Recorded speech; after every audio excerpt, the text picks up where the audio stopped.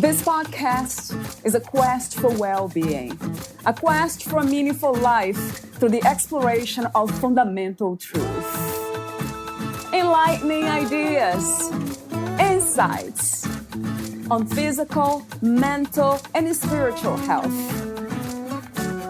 The inspiration is love.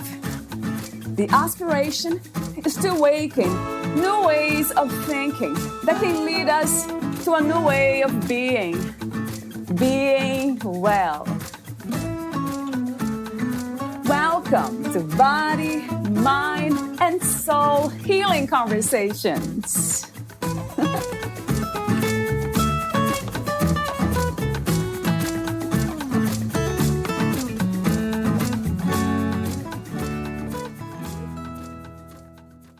When we take the time to connect to our bodies, we can recognize the range left on our emotional gas tank and choose how far we can go with the emotional reserves we have. This isn't to say that you will never react, but the time you spend reacting and the recovery time thereafter will lessen. Additionally, based on your range, you can choose how and when to engage in situations. You wouldn't drive 100 miles if you only had less than a gallon of gas left in the tank.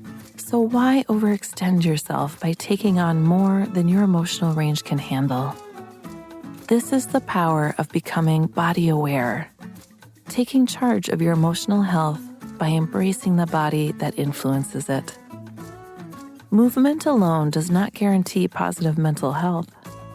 Otherwise, professional athletes, artists, and performers would be the gold standard when it comes to mental health, and we know that is not always the case.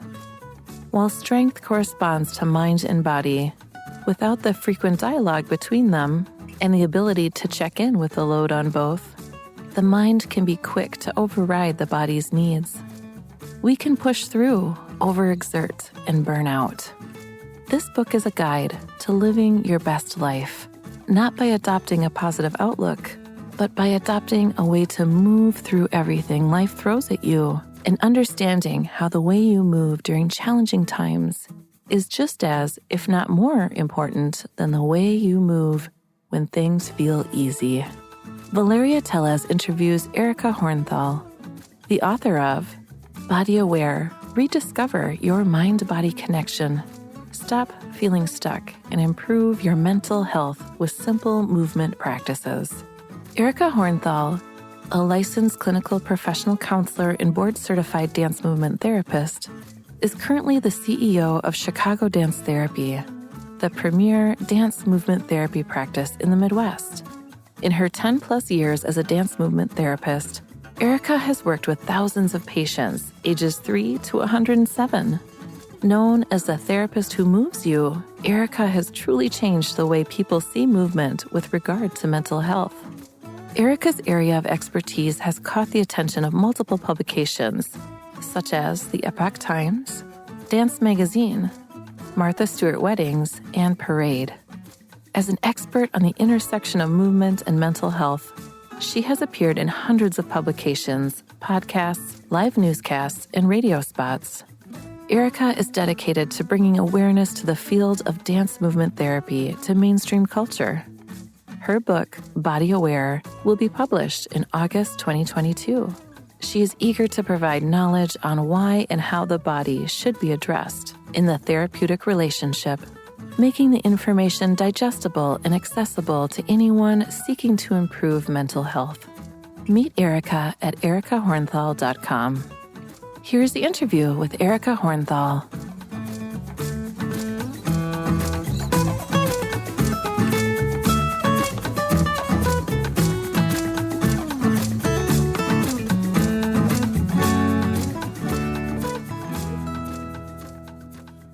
In your own words, who is Erika Hornthal?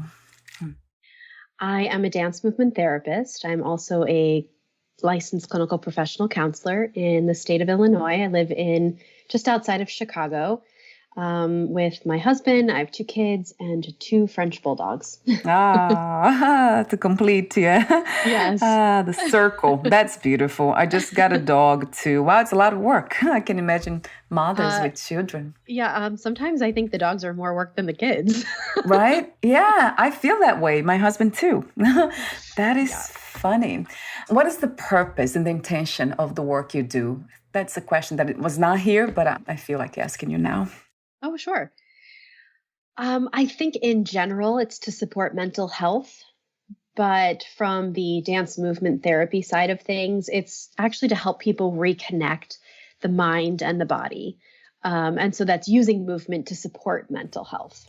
There's something about dance. Yeah, even the word itself kind of makes me happy. It makes me smile. I have been reading your book, and there is a section where I think it's titled The Dance of Resilience. That is right. That for some reason kind of immediately put a smile on my face. Yeah. I'm wondering, what is it about dance that kind of, it opens the heart. That's what it is. Talk to me for a moment about dance, the power of dance. Sure. Well, I certainly feel that. I believe in that as well. And yet I recognize that for a lot of people, the word dance creates the alternate experience for them. So they hear or they just read the word dance and they cringe because they themselves don't have a relationship with dance, or the relationship they have with dance for some is a trauma. They were told not to dance, or you don't look good when you're dancing. It's a very scary experience for a lot of people. So at the heart of it, to me, dance is really just a way that we express ourselves. You know, I think we dance before we do anything else. You know, as children, it may not look like the dance that we're used to seeing on stage or in the movies, but it is the very first way that we learn to communicate all of our expressions, you know, and happy and, you know, joyfulness, maybe just one part of that. But oftentimes we tend to use dance as a way to express grief and loss and tradition and to celebrate. And I do know research has shown that even just watching dance can elicit many of the same emotions that we get from dancing. So I think just the experience of watching someone move through their body, watching someone else elicit emotions allows us to feel them as well, which I think is really powerful, especially for most of us in the world today that deny our emotions. So true. I never thought about that, but it's true. When we watch people dance, there's something about that it touches us. It's it lifts the spirit. It, like, immediately makes me happy. That's for sure. Yeah, me too. But I recognize that that's not the case for everybody. But I certainly feel that way as well. Oh, I love your relationship with this. Of course, I've been reading about you. So you also wrote a lovely book, Body Aware, Rediscover Your Mind-Body Connection, Stop Feeling Stuck and Improve Your Mental Health with Simple Movement Practices. So that's the title. And we'll be exploring the content of the book in a moment. My second or third open question is about mental health. What defines mental health? What is to be mentally healthy from your perspective?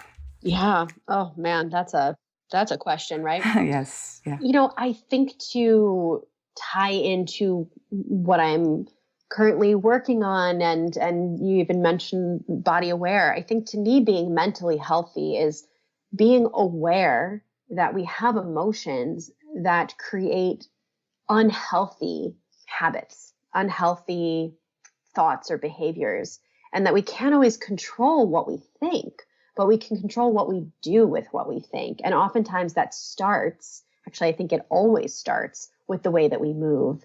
We're moving and we're taking in all of these sensations that directly impact our mental health. And if we're not aware of how we're moving, we might not even be aware of how it's impacting our mental health and how it's showing up in those thought patterns.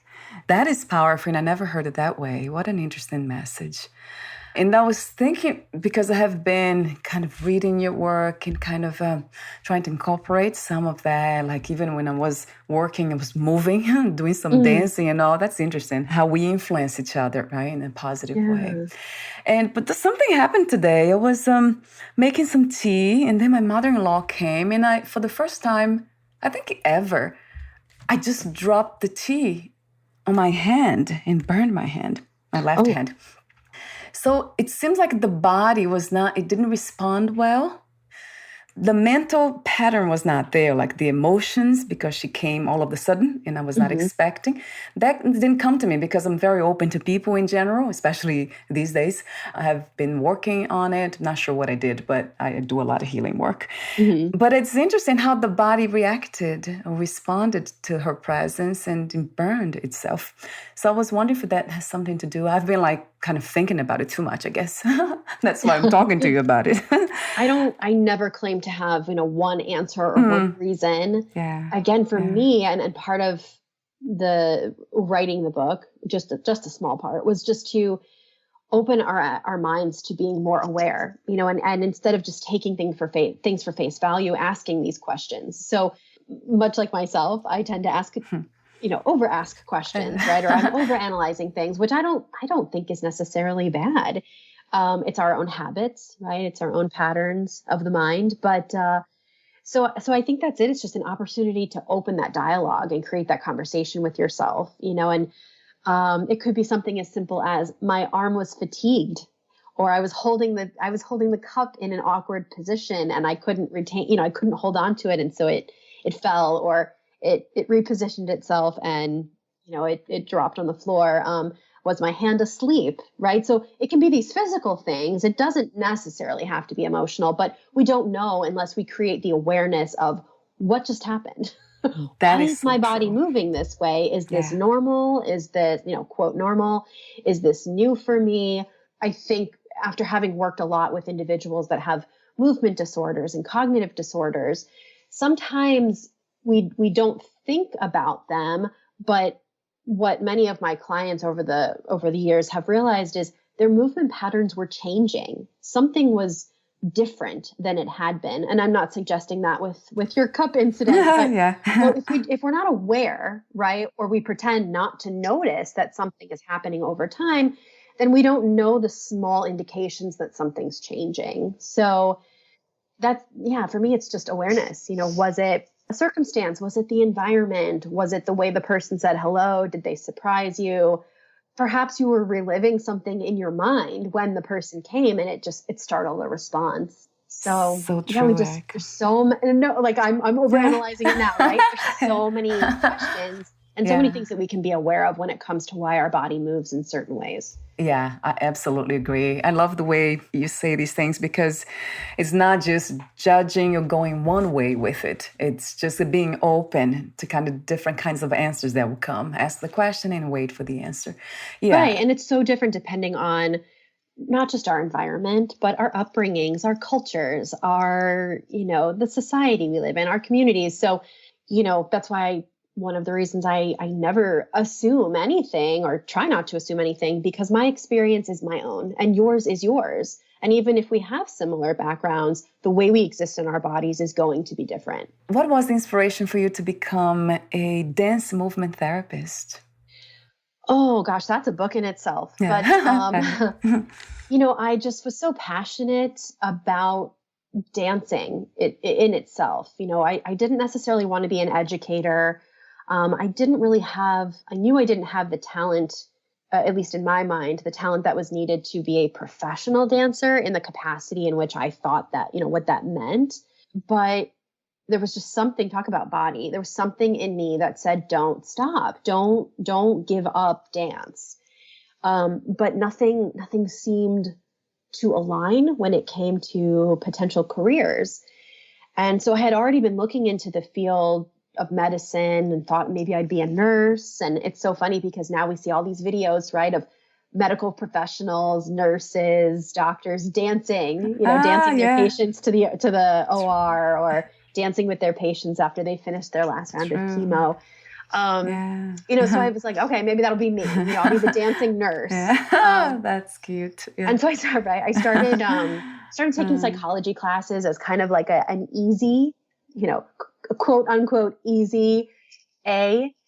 But what I found out is I really enjoyed it. And so much of it resonated for me. I was like reading things about myself in this textbook. And it came time to meet with a professor and the advisor for the dance, not dance therapy, but for the dance program that I was entering into. And she noticed the connection. She saw that I really enjoyed dance, and she saw that I was taking some psychology classes, and she herself had created this dance and medicine program.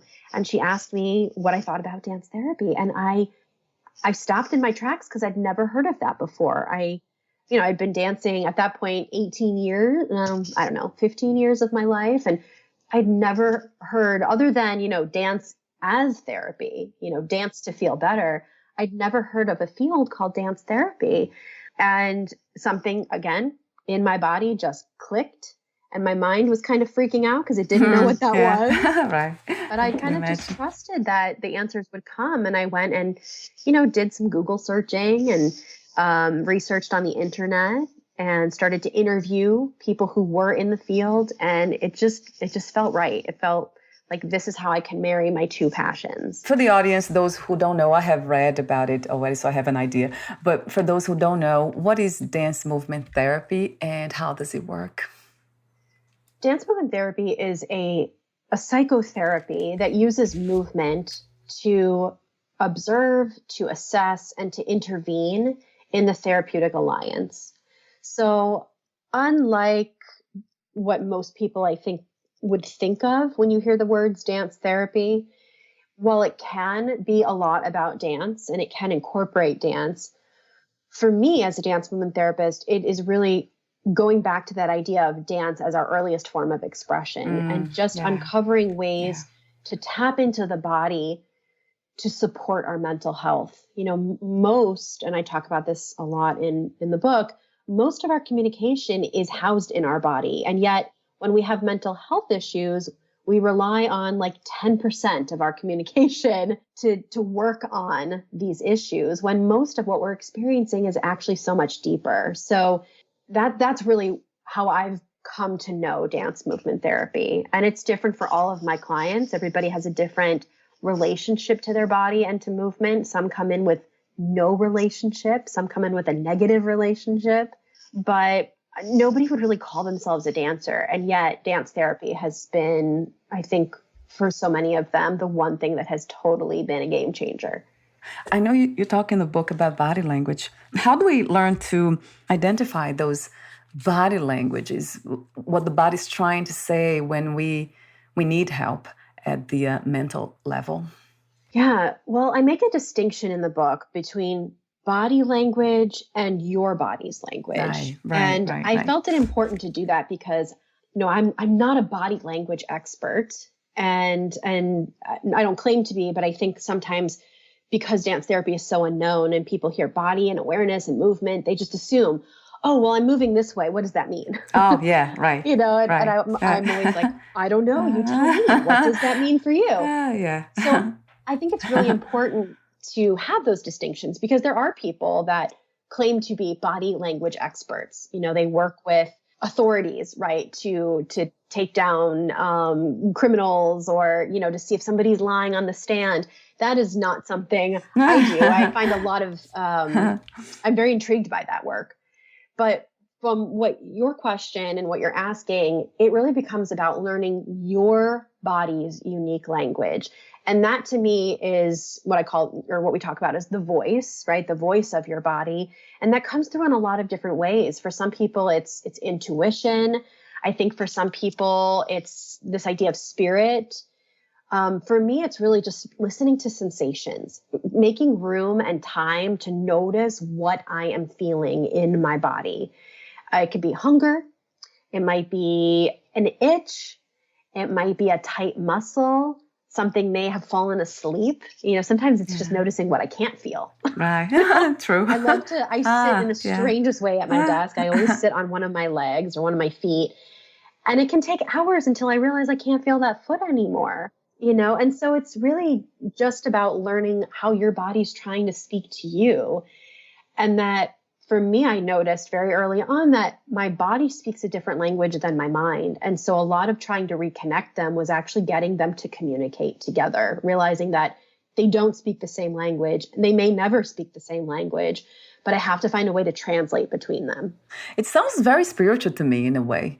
Every time I read in your book and when you talk about paying attention, being aware of what the body's doing or not doing, that's something that we know in spirituality, some of the most powerful and deep practices, and be in the moment, just being here now and kind of breathing in and feeling everything. So it sounds spiritual to me. Is there any spiritual influences within your work?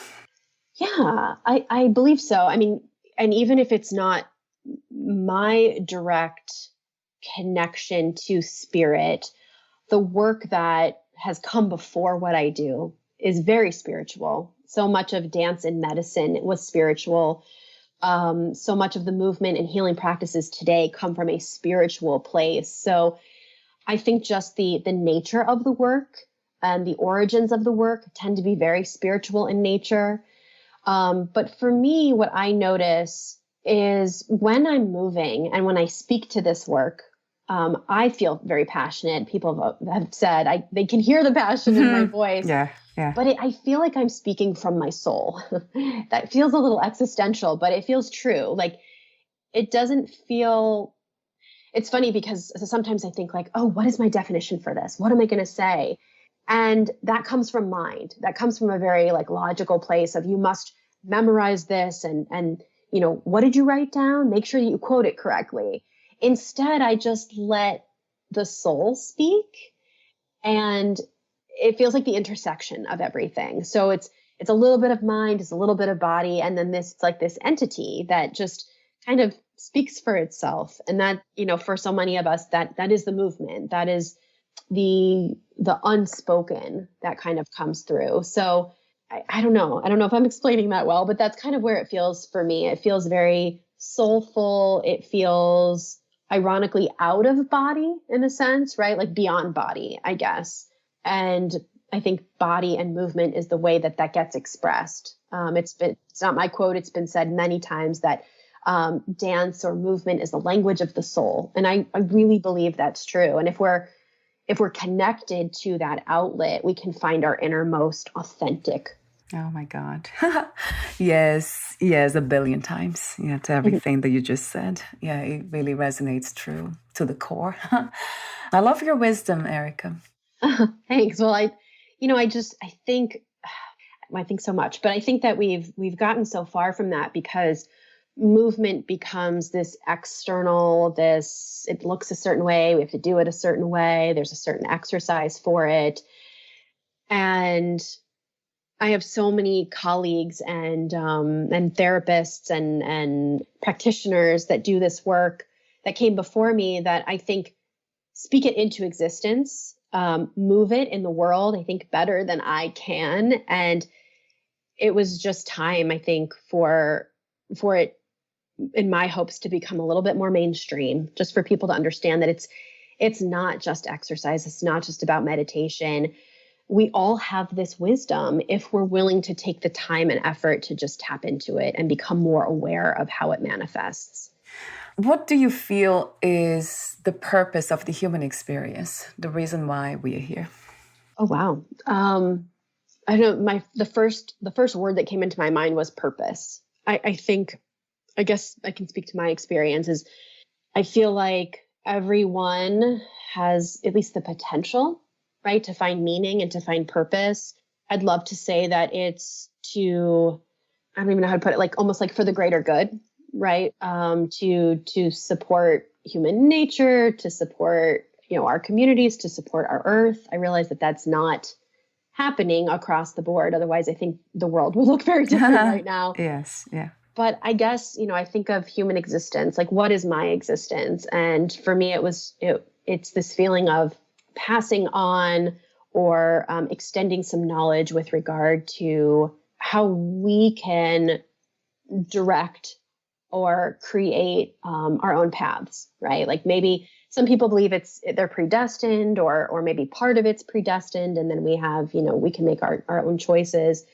But so often people feel like it's out of their control. What's done is done, or, they're kind of reckless with the choices that they make or feel they don't have choice. And I feel like when we have purpose, when we have meaning, whatever that is for someone, it really directs those behaviors. It drives our thoughts, and we can see positive change. We can see, a healthier planet. We can see healthier communities. We can agree, we can disagree, but we don't have to come at each other over it. Right? We can have differences and still honor each other as individuals. So I don't know if that answers your question, but I think the human existence is to have purpose, to provide meaning, and to hopefully influence others in a very positive way. What do you think it happened? Do you feel like that is something natural, that life is always trying to balance itself, and then you have the dark and the light? As I started kind of asking myself these questions, kind of like, why are we doing these things and where did we go wrong? Like, a lot of it to me felt like just being in the dark, not the dark parts, but like being in the dark, not having awareness, not caring to be aware of things. I'm very careful about this in my book because I don't want to throw technology under the bus. There are a lot of wonderful things that it affords us and grants us in this day and age. But we've really, I don't even know how to put it, we overuse it. It's become a crutch, I think, for a lot of us. I mean, myself included, I recognize many times that I'm just aimlessly scrolling on a smartphone, which Yeah. is, I stop myself and I try to become more aware, and I'm like, what are you doing? And then I realize I'm doing nothing. And actually what I am doing is detracting or distracting myself from what's happening in the moment. And that might be noticing my child smiling. It might be tending to my own parts, something that's in pain or in need of having a need met. It's a distraction. And so I think as long as we continue to have these really big distractions as part of our lives, we are going to miss the big picture. And I know that's not a new message by any means, but it just, especially within the last 2 years, I feel like it's just gotten so much worse. I see some people saying like, I refuse to let my child on social media, or they're not going to have a phone until they're this age. And it's kind of sad to me that we've gotten to that place. But sometimes, I don't agree with, all or nothing. I think there's a spectrum, there's a gray area. But it's nice to hear some of those narratives coming through, because I think sometimes we say, oh, this is just the way the world is now. We're all screens all the time. And I don't think that's healthy for us. And I don't think it has to be that way. But we have to start to pay attention to how it's influencing our lives negatively. So true, Erika. So it goes back to awareness, doesn't it? It does for me. I tend to think, I talk about that word a lot. Yeah, I love that word. Yeah, it is. It is true. I just talked yesterday. I was talking to somebody about that. Like, being aware, it's so important. Always I wonder about everything. I wonder why. Yeah, it's what you said. We are trying to escape the moment to what is now. And that's the mind, isn't it? Like, let me ask you this question now about, what is it about the mind? So we are composed of many elements, the mind, the body, and the soul, as you mentioned earlier. So the mind plays a very important role, with a big one, but it seems to me like we have kind of misplaced the order of those elements, and the mind has been driving everything. So talk to me for a moment about that, this balance between mind, body, and soul, but specifically the mind. What is the role of the mind? I say in the book that for the purposes of the book itself, that it is about awareness. It's being aware of our experiences, the world around us, how we think, how we feel. It can be about consciousness of thought, just being aware of our thoughts. Again, that word aware. I make the distinction. I think it's very important that we know that the mind is not the brain. Oftentimes, or we associate mind with head, that it's in my head, which for a lot of people it is. But I remember fairly early on in my graduate program being asked, where do you feel your mind? And finding a way to embody your mind. And for some people, the mind is actually outside of the head. It's kind of, in a halo, if you will, like in the air above us. I've worked with clients where they say, their mind is in their body. I feel it in my gut. I feel it in my heart. So I think for us to start piecing out that mind is not just brain. Mind does not just have to be thought process, is a way to start. But as you mentioned, we got to this place where mind and body are separate. Mind reigns supreme. I mean, centuries and centuries ago, psychology was soma. It was body and mind. It wasn't just thought. I could go on and on, but I think a lot of it has been for gain, in certain scientific areas, right? We kind of, we put all this pressure and importance on one area, and then unfortunately it detracts from the body. And sometimes it's to sell things. Sometimes it's to, keep people up on a pedestal and to leave others down. So I don't know. I find body is kind of the equalizer. I realize how that sounds. A lot of people would say that's not true, but with the experience of our bodies, like how we sense things, how our body is made up, the elements of our bodies, like we all experience that.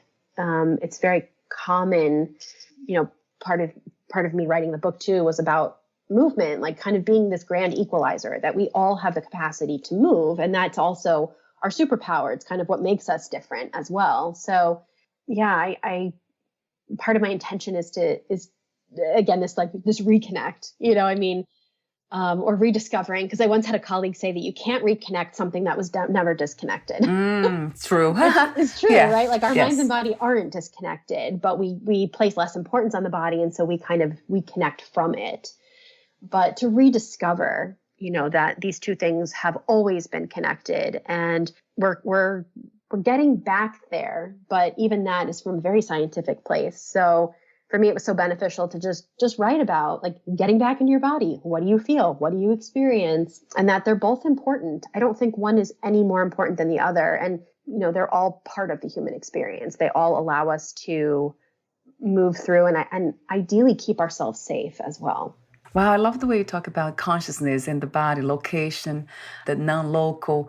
Yeah, that we experience consciousness or the mind, the activities of the mind in different ways. That's kind of interesting to hear because it's so true. Yeah, and I think the conversation is certainly opening up more around trauma, with like books like The Body Keeps the Score, which so many people have read, so many people are understanding, things like somatic experiencing, polyvagal theory, like understanding that trauma is embodied, but it's more than that. Everything is embodied. So, I've had people say, oh, well, yeah, but I don't identify with trauma. I don't have any trauma in my life, which, okay, maybe they're denying it, or maybe that's true. I don't know. It's for them to decide. But you do not need to connect to or understand trauma to know that everything you experience is in your body. And that's, oftentimes how we can create those feelings of self and security and connection and relationship. We look outside ourselves when all we have to do is actually turn the camera around. I guess the point that I'm, the stage, whatever I'm at now, is just kind of letting it flow and just being as natural as possible without engaging the mind with the labels to whatever the body's expressing or trying to do. It's been fun to just navigate this reality this way. Yeah, I think for some people, myself included, it can feel scary. Yeah. I alluded to something in the book where I basically said if you've spent most of your life living in your mind, it can be very scary to live in your body. Yeah, I love that message. Yeah. And it's true. It's so true for me. Sometimes being in the body, trauma or not, is just scary because you're feeling something that you can't explain. And if it's not joyful, or at least for me, if it wasn't joyful, it was scary. And I think just having the ability to take small steps to just be in our bodies, that it doesn't have to be this big, profound, I've had an awakening, or I'm connected to spirit. Like it can just be remembering that our body's telling us when to eat. It's telling us when to drink. It's telling us that there's a pain, there's an ache, something's itchy. It's like just these little cues so true. that starts a healthier relationship with our body before we even dive into these big epiphanies, which I think can be very exciting. I love uncovering this kind of stuff with myself. Talking to my own therapist, my dance therapist, like I love being able to find metaphor through movement, but that's not where everybody has to go. And it can take years. Like you mentioned, it can take lifetimes to get to that real deep place of awareness and awakening. And so many of us are so far from that. It feels like, oh, that's not for me. And I think that was also one of the reasons I wanted to write a book like this, to make it as accessible and tangible for people so that you can pick it up, have never engaged in any movement practice, but understand that all of this is relatable because you're in your body, you move through the day, and why not start to use it for your benefit?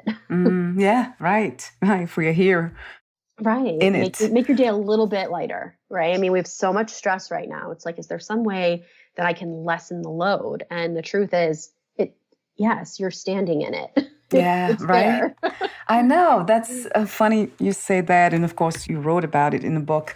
That this idea keeps coming back to me. The more human I become, the more spiritual insights I have. So that's kind of interesting. So beautiful. It's not really reaching this abstract, elevated, abstract way of thinking, of being, but actually quite the opposite. Just the simple things. It's so simple. Like you said, we're already here.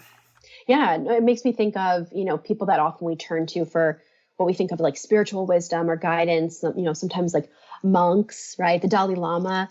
It's so interesting to me that individuals everybody has distraction, right? But what appears to be individuals who are in environments with simple environments, we'll say, right? Compared to us that, we've got how many phones and how many TVs and all this technology and electronics.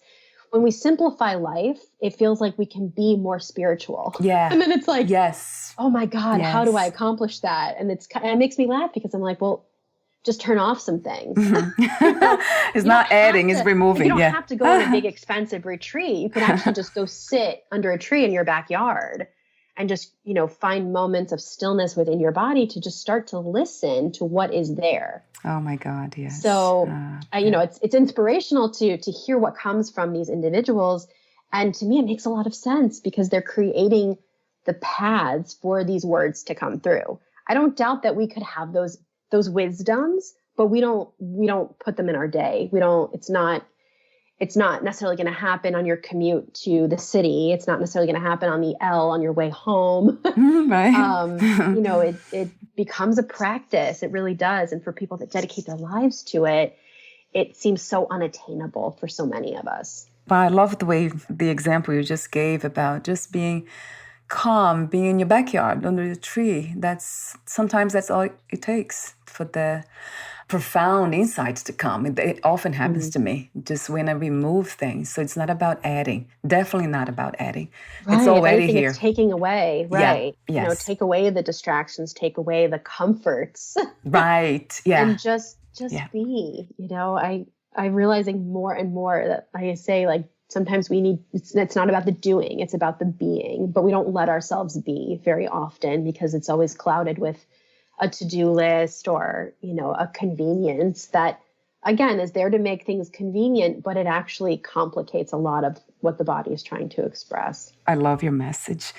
And I will talk to you forever. I would be here for hours and hours. No, your questions are beautiful. I'm like, my head is, I'm in my mind. My head is like wheeling right now. I'm like, wow, what else? Yeah. Oh, that was not really the idea, but I love exploring, I guess, the realm. Great. It's such a beautiful conversation. It's interesting because I know we talk about being in the head, and you have a section in your book where you say that. I have it here. I have too many. Yeah, you have 30 movement prompts to get you out of your head and into your body. You have that, and I was reading, going through them like, wow, how insightful. But it's out of your head, but you don't mean really out of your mind because the mind is everywhere. It's not just in your head. Right. It's not the idea of losing your mind, get into your body, right? It's stop the thought cycles, the harmful, like what ifs and, does this look right? And it's funny to me that, I created those 30 prompts, actually outside of the book and ended up just putting it in the book as a good reference, but they make me laugh a little bit because they're just movements that we do that we take for granted. I think one of them is put down your phone, or stand on one leg, or jump up and down, clap your hands. Like these are just ways to move, to literally move our bodies. Because if we're feeling unmotivated, if we're feeling stuck in any way, the number one way to move through that is to just get your body moving. And sometimes people are like, then I have to go to the gym and I don't have the time for that, or I got to go run outside. I'm like, no, stand up. That's it. Stand up. Yeah. Simple. Sit down. So simple. raise your hands, wiggle your fingers. Like, just remember what it's like to be in your body. Things that like we do as kids, we sometimes get told not to do, or not now, that's not the right time. But it's never the wrong time to express yourself through your body in a healthy and safe manner. I love your message. I love your work. I love everything about it. And about you too. you Thank and your you. message. I feel the same way about you. And I so appreciate you having a platform where people can talk about, what's important to them, their messages, and then ideally, a place to share it with the world. Oh, I love this, Eric. It's my sacred moment. Although there's a lot of mine in the sense of intellectual conversations when it comes to concepts like this, but it can be felt. My body feels all that, and I get to practice too, because like today, as I said earlier, I was practicing some of these suggestions in your book. I became more aware of the body and what it was doing and how. That's interesting how beautifully we influence one another. Yeah. So in your book, you also have throughout the book movement RX. You have directions, and then you have dosage, and you have side effects. It made me laugh, that too. I was like, that's so much fun. It was kind of a last minute ad. I was honestly, one day I was working with a client and I kind of joked, I should give you your prescription, and I can't actually give prescriptions. I'm not a psychologist, but I created just this little kind of like play notepad. It was a gag gift, it kind of looks like a real prescription. And I would just write down the movements that we did in that session or things that we wanted to be more aware of. And a lot of my clients were like, this is great. Like, it actually gives me a reason to continue to practice this, or I'm going to put it on my refrigerator. And so I thought, other than just takeaways, like I really want to be able to put this at the end of each chapter because everybody can use these movement prescriptions. And then the joke was like, well, what if we added the dosage, like how often somebody should do this? And then I thought it was funny to do side effects because I think we all know that there are no negative side effects and everything is just, more awareness, increased consciousness, feeling better in your body. So I'm glad that you appreciated that. Very much, yeah. I love anything that's playful. So it has to do with, I guess, the metaphor for light. So the more playful we become, it seems like more light comes into the room or in our lives. It really feels that way. Yeah. Let me just go through some of the comments, the passages in your book that caught my attention. Sure. There's one where you say, I think it's one of the takeaways, I believe, not sure where, but it says, the body holds answers to questions that the mind does not even know to ask. That really kind of stopped me when I read that. I mean, who writes this? Who even comes up with these things? Me for Instagram. Really, like, I think I wrote that a long time ago, and it was how people say content for social media. And it was funny because when I decided I'm going to do this, I'm going to write a book, I didn't know where, but I knew that sentence needed to go in the book because I remember having such big dialogue around it the first time that I posted it on social media. So that's where it comes from. What a beautiful Ironically, quote. it was, kind of just jumping on the bandwagon when we talk about, technology, but it's resonated for me. I don't really know where that came from. And I've tried to really come back to that quote for myself so often because it rings true. It does, yeah. It resonates very much true. That stopped me. And then so many others, of course. There's another one. So many, you say, we must feel our way through in order to then think our way out. Beautifully written, too. Thanks. And then you say, meet the body where it is in order to guide the mind where you want it to go. Yeah, because so often we do the opposite. The opposite, for sure. Yeah. Right. I want to feel better this way, so I'm going to do that. And it's like, no, the body doesn't really want to do that. Yeah, right. Forcing it. Yeah, it's so, so true. And then you say, by embracing movement and all movement that is possible in your body at any given moment, you have the ability to go from a place of avoidance to a place of abundance. That's another powerful message. So true, resonates true. And then, of course, I love the dance of resilience. That's chapter 8. The way you talk about emotional temperature. I never heard it that way. Did you create that, this idea, this concept? I don't remember reading it. It wasn't a concept that I was familiar or connecting, a certain person to. And it was actually years ago kind of what I thought I would write a book about, this idea of emotional temperature or emotional homeostasis. And I remember searching it and seeing a similar thought or thread come up. And I thought, oh, well, I don't want to take anybody's work. I don't want to pretend that it's mine and, have an issue. And I kind of let it alone. But honestly, I've continued to use it in my sessions with my clients. I'll talk about just that idea of emotional temperature and what is it like to have a fever, or do you know when you're running cold? I put it in the book because it's very much a part of what I do in my sessions, or oftentimes in sessions. I don't know if and where that actually originated from. It was an original thought to me, but I wouldn't doubt if someone out there has actually written about the idea of kind of temperature being emotional, or the metaphor between the two. Yeah. So if there is, and anybody listening knows, let me know. Yes, I would love to know if there is someone that actually trademarked that or kind of is doing research around this idea of emotional temperature.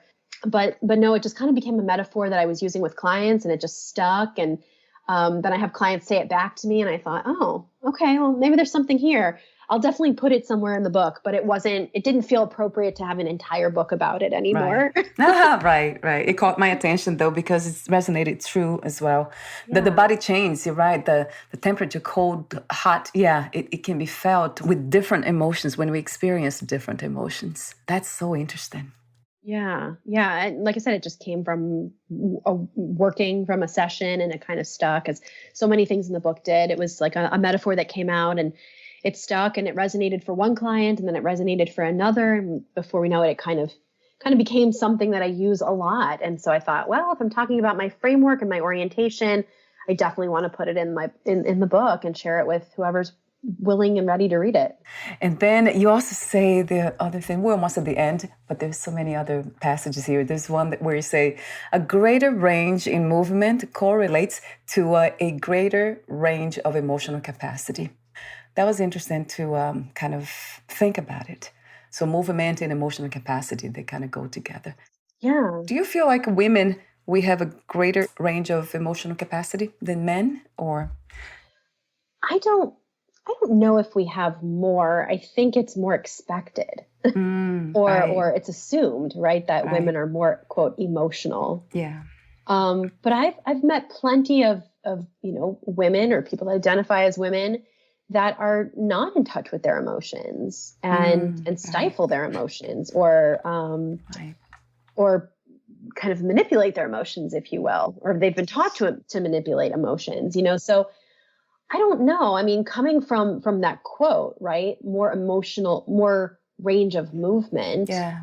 I think that kind of equalizes the playing field, because I think, well, I know just as many men that have a lot of range of movement, especially within like the somatic world, as there are women. So I don't know. I don't think I think of it in that term, or see that in that way, maybe as much as I did growing up, thinking, women are more emotional. Because I think it comes down to movement patterns, So if women are more, whatever emotional means, usually crying, right? Like that's the stereotype. Yeah. And then what men are more strong, more angry, more direct. Well, that's seen in movement patterns, So are women more light or indirect in their movements, and are men more strong and direct in their movements?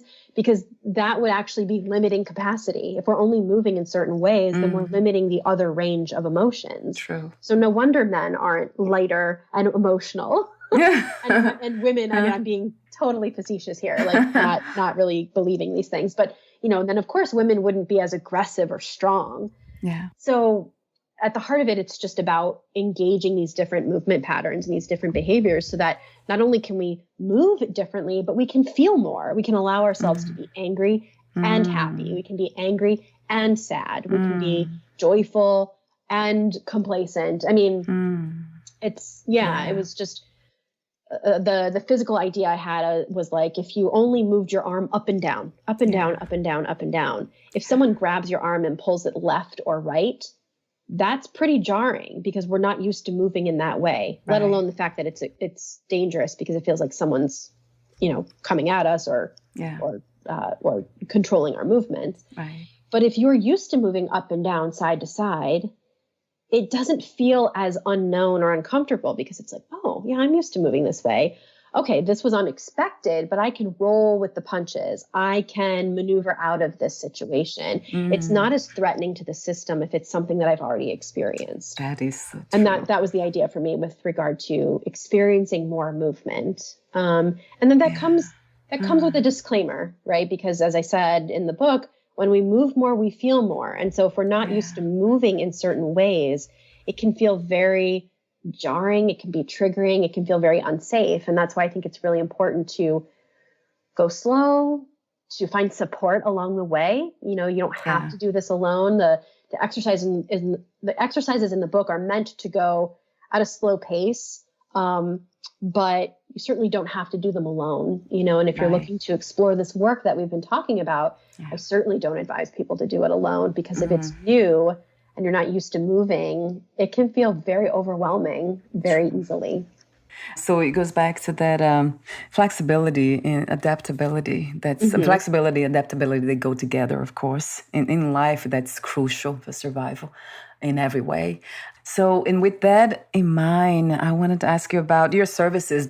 How do people meet you if they wanted to hire you for sessions, in person only or online, Erika? Well, I'm still doing both just because of the nature of the world right now. And that so many people are more comfortable now with telehealth or virtual meeting. And while it was strange at first, it's definitely, for lack of a better term, it's definitely possible. It only takes really the ability to be in your body. And while there's a different energy when we're together in the same room, the work is still possible. So I'm very open to both. I love to meet people in person, but I realize that is usually only in the Chicagoland area.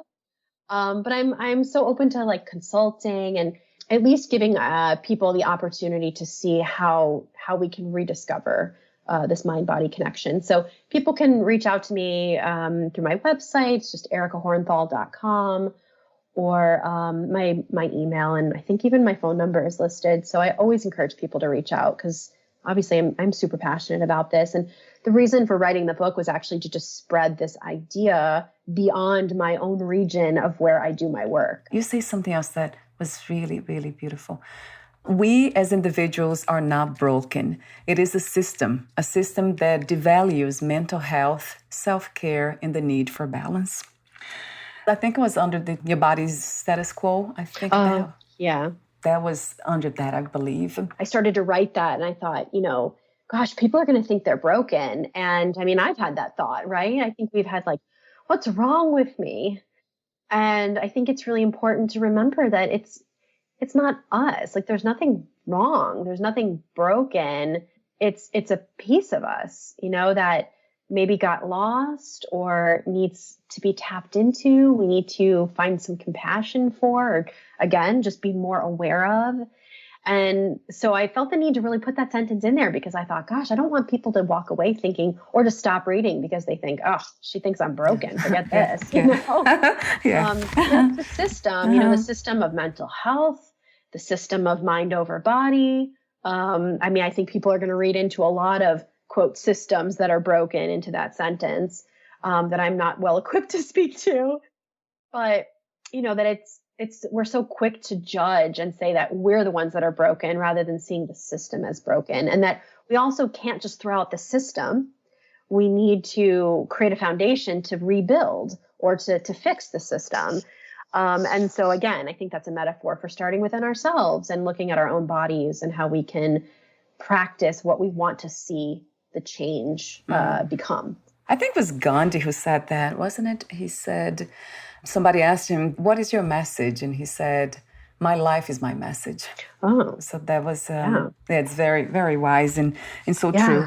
And thank you for being that, Erika, for being not just the messenger, but the message itself. I can hear in your voice and your work, there's a lot of love in there. So thank you.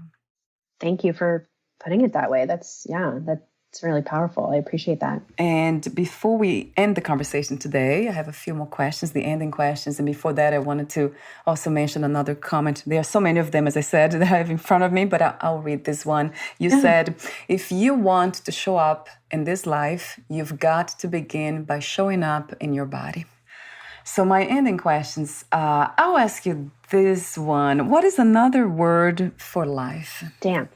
Dance. I love that. Another word for life. I say this a lot. And I was not the first person to say this either, but I think it's become very commonplace. It's been said that life is dance. So I guess I'd have to say dance. Yeah, I love that answer and resonates. It's so true, so true. There's a dance of love, I would say. It keeps going back to me, to kindness and love, and which has to do with finding balance, being kind to ourselves. Yeah. My last question is, what 3 things you wish everyone to experience before they lose the body, before they die?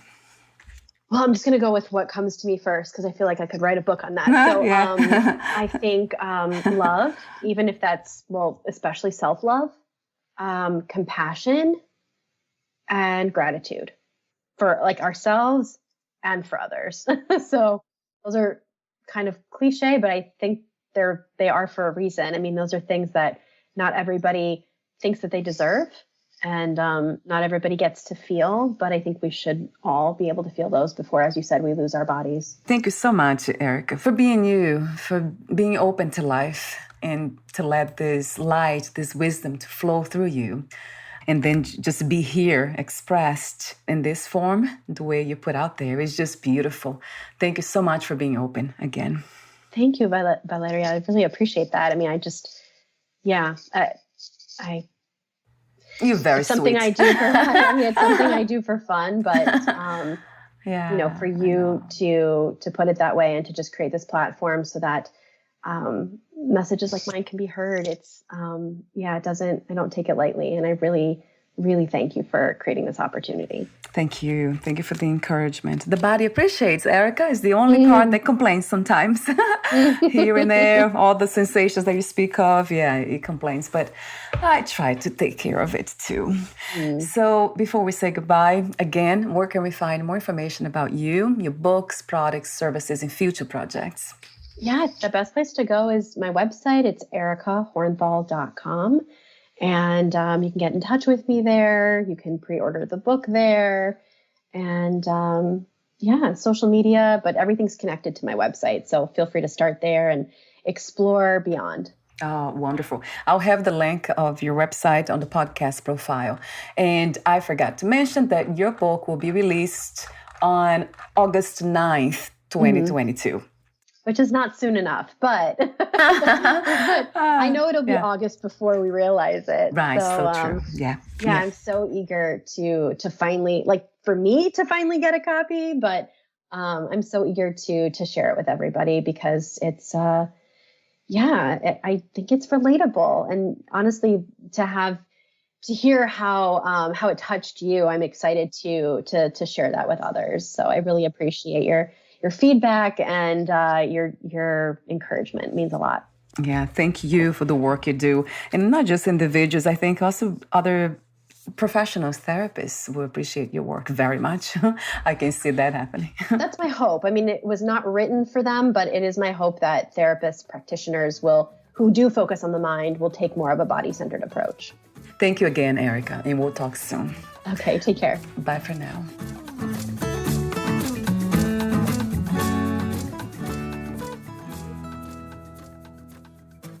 Thank you for listening.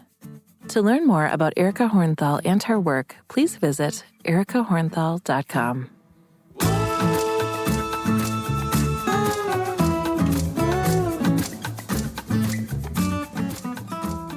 To learn more about this podcast, please visit fitforjoy.org/podcast. Thank you again for listening, and bye for now.